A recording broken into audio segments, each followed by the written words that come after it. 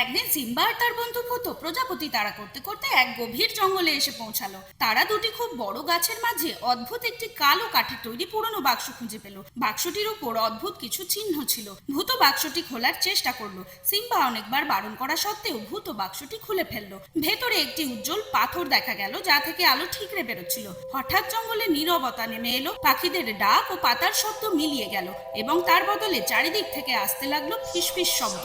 সিম্বার heartbeat বেড়ে গেল। ভূতও খুব ভয় পেয়ে গেল।